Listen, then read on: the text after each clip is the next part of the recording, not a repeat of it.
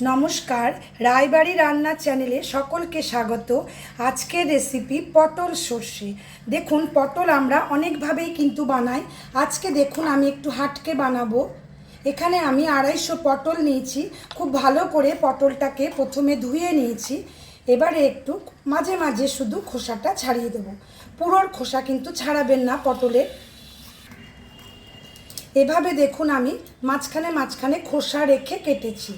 আর এইভাবে মাঝখানে শুধু একটু ফালা করে দেব। এভাবে আমার পুরো পটলটাই প্রথমে কেটে নেব।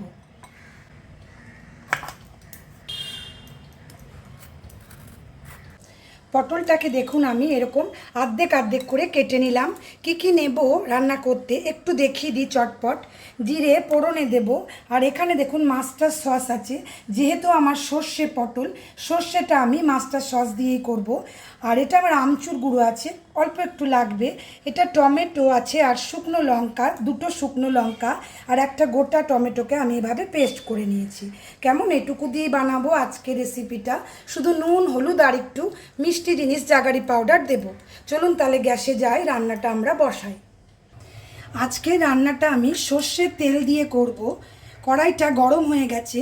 এখানে আমি 2-2.5 চামচ তেল দিয়ে দিলাম পটলটা ভাজবার জন্য। পটল ভাজার সময় খুব বেশি তেল দেবেন না, কারণ এই তেলটা আমরা পরে আর কাজে লাগাতে পারবো না। তেলটা খুব ভালো করে গরম হয়ে যাক। তেলটা আমার গরম হয়ে গেছে। এবারে পটলটা ভালো করে আস্তে আস্তে করে ছেড়ে দিই। তেলের সঙ্গে সবজি যখন পড়বে খুব সাবধান, কিন্তু খুব ছিটে ওঠে এই সময়। ফ্লেম একদম হাই আছে। সামান্য নুন দিয়ে দিচ্ছি। 1 পিঞ্চ হলুদ দিয়ে দিলাম। নুন আবার পরে দিতে হবে, শুধু ভাজাটার জন্য, পটলটা নরম হওয়ার জন্য অল্প করে দিলাম। প্রথম কাজ হবে পটলটা ভাজা। ফ্লেমটা এখন আমার হাই থাকবে। পটলটা আমার গরম হয়ে গেছে। এবারে আমি ঢাকা দিয়ে ফ্লেমটা লো টু মিডিয়ামে দিয়ে মিনিট 10 জন্য ছেড়ে দেব। তারপরে দেখব কতটা ভাজা হচ্ছে, কারণ পটলটা আমাদের নরম হতে হবে। এবারে আমি 10 মিনিটের জন্য ছেড়ে দিলাম। পাক্কা 10 মিনিট আমার হয়ে গেল। মাঝখানে শুধু আমি 1-2 বার নেড়ে দিয়েছি। ফ্লেমটা এখন হাই করে দিলাম। হাই ফ্লেমে আবার একটু ভেজে নিই। পটলটা আমার দেখুন রেডি হয়ে গেছে নামানোর জন্য। গ্যাসটা বন্ধ করে দিলাম আর পটলটাকে আমি নামিয়ে দিলাম। এই অবধি ভাজবো। কড়াইটা তো আমার গরমই আছে। আবার আমি তেল দিয়ে দিচ্ছি। অল্পই দিলাম তেল, বড় চামচের 2 চামচ মতো। সর্ষের তেল একটু ভালো করে এটা গরম হবে আমার। তেলটা গরম হয়ে গেছে। সাদা জিরে দিয়ে দিলাম অল্প একটু। জিরেটা একটু পোড়া হয়ে যাক, জিরের শব্দটা বন্ধ হয়ে যাক প্রথমে। এবারে আমি টমেটোটা দিয়ে দিলাম। এখানে কিন্তু 2টো শুকনো লঙ্কা আমি বেটেছি। এই ঝালটা নিজেরা আন্দাজ মতো দেবেন। একটু ঝাল ঝাল মিষ্টি মিষ্টি কিন্তু হয় এই সবজি। এবারে এটাকে একটু ভালো করে কষাই। পটলটা দিয়ে দিচ্ছি এটার ভিতরে। ফ্লেমটা লো করে দিই।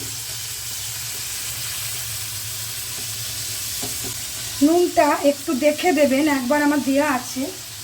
আমি এখানে ছোট চামচের 1/2 চামচ কম কম দিলাম নুন। ফ্লেমটা লো টু মিডিয়ামে থাকছে।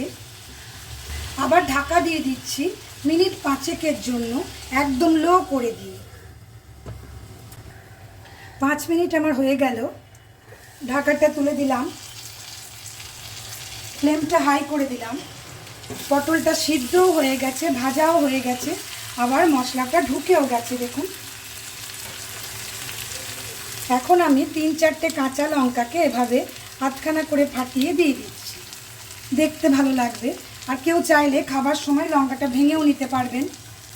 এখন এবারে জাগারি পাউডার দিয়ে দিচ্ছি 1/2 চামচ। ফ্লেমটা লো করে দিই, ভালো করে মিলিয়ে দিই। দেখুন একটুও কিন্তু জল পড়লো না, সেজন্য এই রেসিপিটা কিন্তু অবশ্যই টিফিন বক্সে নিতে পারবেন। রুটি, পরোটা, নান সবার সাথে ভালো লাগবে, গরম ভাতেও আশা করছি খুবই ভালো লাগবে। ফ্লেমটা লো থাক। এবারে আমি মাস্টার সসটা দিয়ে দেব, ছোট চামচের 1.5 চামচ, আর অল্প একটু আমচুর গুঁড়ো, একটু খাট্টা স্বাদ আনবে বলে। এবারে ভালো করে মিলিয়ে দিই। রেসিপিটা অবশ্যই ট্রাই করবেন। যদি ভালো লাগে please like, share, comment and subscribe my channel. Subscribe করে পাশে থাকা বেল আইকন অবশ্যই প্রেস করবেন নতুন নতুন রেসিপি দেখবার জন্য। রান্নাটা আমার রেডি হয়ে গেল। পটল সর্ষে দেখুন এরকম বসা বসাই হবে, কিন্তু জল দেওয়া যাবে না। এবারে গ্যাসটা বন্ধ করে দিলাম। এবারে চলুন আমি দেখাবো কেমন লাগে ডিশে বেড়ে।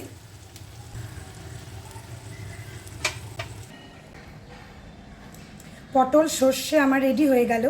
গরম ভাত, রুটি, পরোটা সবার সাথেই খাওয়া যাবে। সকলেই ভালোবাসবেন আশা করছি। আজ এই পর্যন্তই, আবার নতুন রেসিপির সাথে দেখা হবে। সকলে ভালো থাকুন, সুস্থ থাকুন, নমস্কার।